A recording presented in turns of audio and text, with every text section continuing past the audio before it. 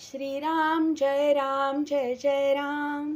श्री अनंतकोटी ब्रह्मांड नायक राजाधिराज सच्चिदानंद सद्गुरु श्री ब्रह्मचैतन्य महाराज की जय.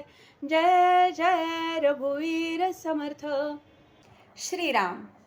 श्री ब्रह्मचैतन्य गोंदवलेकर महाराज प्रवचन 29 मार्च. प्रपंचात आपण साक्षीत्वाने वागावे. सत्य वस्तू ओळखणे हा परमार्थ आणि असत्य वस्तूला सत्य मानून चालणे हा प्रपंच होय. आपल्याला वस्तू दिसते ती खरी असेलच असे नाही, पण ती मुळीच नाही असे मात्र नाही. ती काहीतरी आहे. एका दृष्टीने सत्य वस्तू अशी आहे की प्रत्येकजण जे गुण त्या वस्तूला लावतो ते सर्व गुण तिच्या ठिकाणी आहेतच. शिवाय आणखी कितीतरी गुण तिच्या ठिकाणी आहेत, म्हणून ती निर्गुण आहे.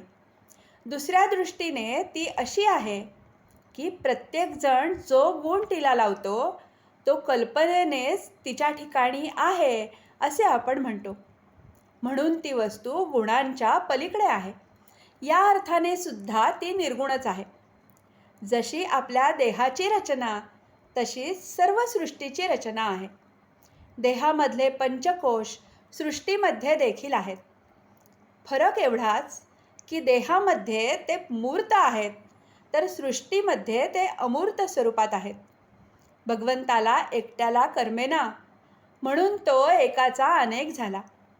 त्याचा हा गुण माणसाने घेतला. आपण हौसेसाठी आपला व्याप वाढवतो, पण फरक हा की भगवंताने व्याप वाढवला तरी त्यामध्ये तो साक्षीत्वाने राहिला आणि आपण मात्र व्यापामध्ये सापडलो. भगवंत सुखदुःखाच्या पलीकडे राहिला, पण आपण मात्र दुःखात राहिलो. व्यापाच्या म्हणजे परिस्थितीच्या बाहेर जो राहील त्याला दुःख होणार नाही. खरे पाहिले तर व्यापातून वेगळेपणाने राहण्यासाठीच सर्व धडपड आहे. व्याप दुःखदायक न व्हावा असे वाटत असेल तर आपण साक्षीत्वाने राहायला शिकले पाहिजे.